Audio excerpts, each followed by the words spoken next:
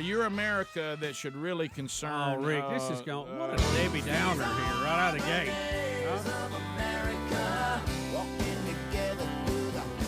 I want you to make notes at home, and we talked about this Saturday night in Hattiesburg, and I've been talking about this on the speaking engagements this month.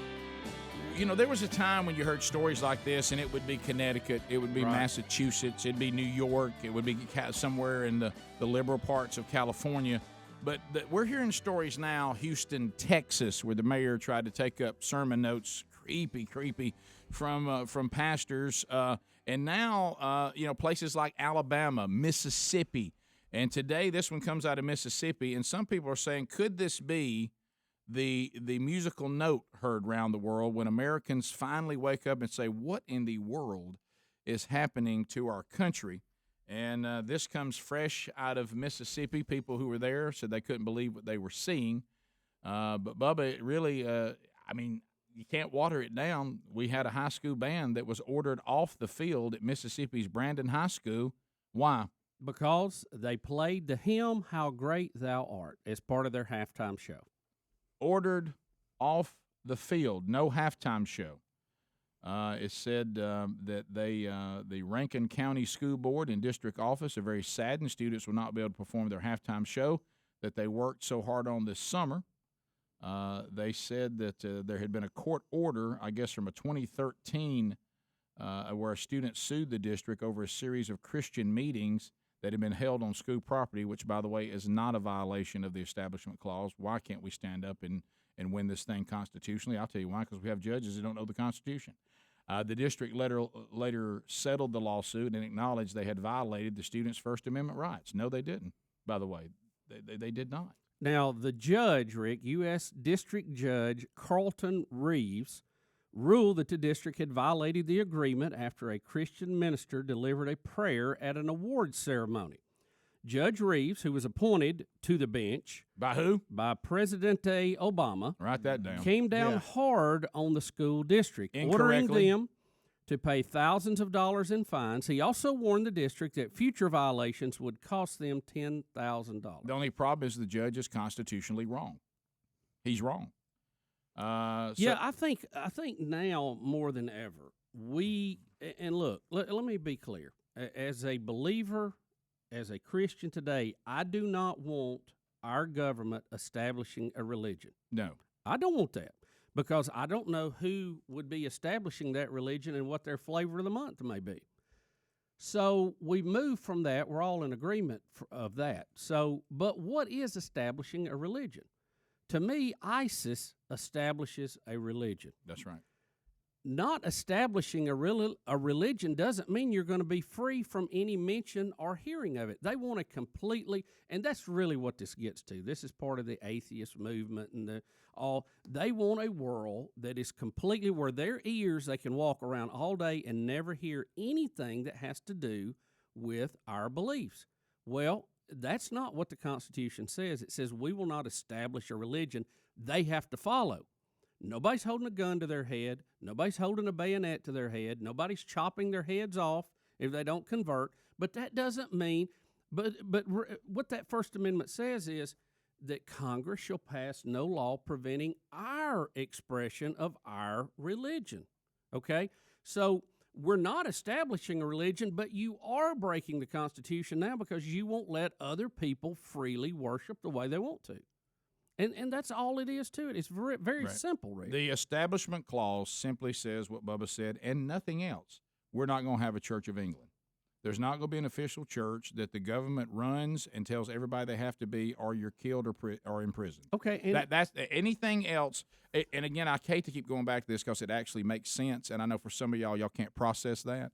If the Founding Fathers said this was what we meant, ordering a band off the field because they played How Great Thou Art, why did they have Christian services in the Capitol building and the Treasury that you didn't have to attend, but they were there? It's in their notes in the Library of Congress. It's in their notes. They even make comments on what pastor preached that day and what he preached on in their own notes. So if they thought this was what the Establishment Clause, this was the implementation of it, why didn't they implement it this way? Then it can't be what they meant if they themselves didn't do it. Right. It was very simple, Rick. It was plain English.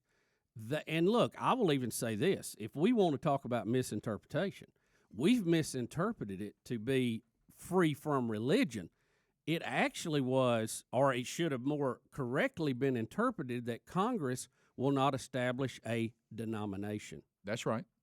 Yeah, that's what they meant when they wrote which it. the Church of based England on was. what had gone on in England. Because and that's exactly what this was born out of. Because whoever the king or queen would be, the Church of England would then switch to that denomination. Yeah. And if you didn't switch with them, you paid a price for that. Right, and the king would or the queen would switch depending on their current standings with the head of that religious group. And like if somebody wanted to get divorced and it didn't fit with if they were Roman Catholic at the time, they would simply change to one that would allow that. Right, and then everybody else had to change too. Right. So or get in trouble.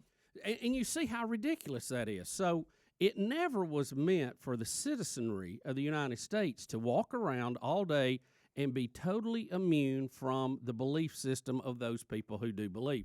I'll carry it this far. If the city council wants to put up a Christmas tree, they're not establishing a religion. They put a Christmas tree up. Right. That's all it is.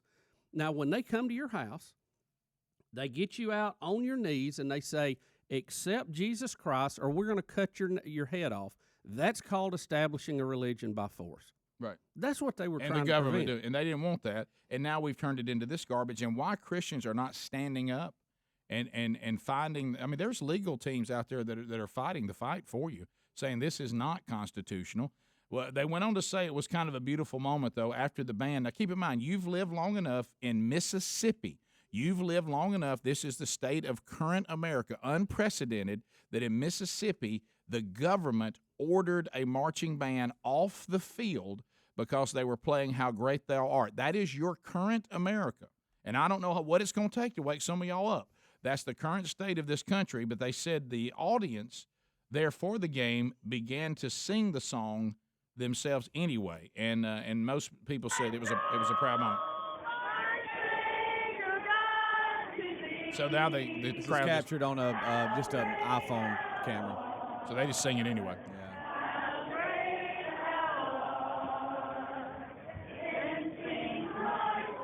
Guys, do y'all see what's going on?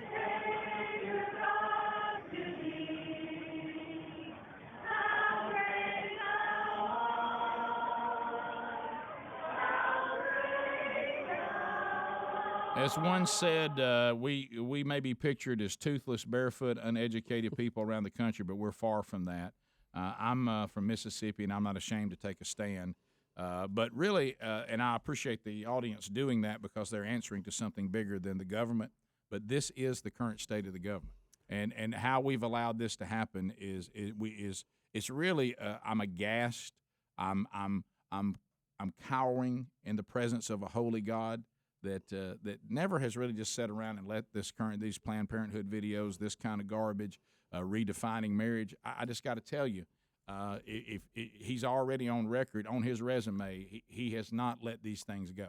And one of the things he does is to turn you over to yourself and your enemies to hash it out. I mean, this is documented. I mean, that if you go, hey, I'd like to see Almighty's resume. So, well, look right here. Here's how he's responded to this kind of stuff. Yeah, that's good, isn't it? Yeah. You know, I asked Rick in the break because we had this story about this terrorist on the train. I said, who is a bigger threat to your freedom today? Is it terrorism? Is it, extreme Islamist? Or is it our own federal government? People in Mississippi today would say the federal government. Yeah, there was no terrorists at the ball game. Nope. We'll be back. More Rick and Bubba next. Rick and Bubba, Rick and Bubba.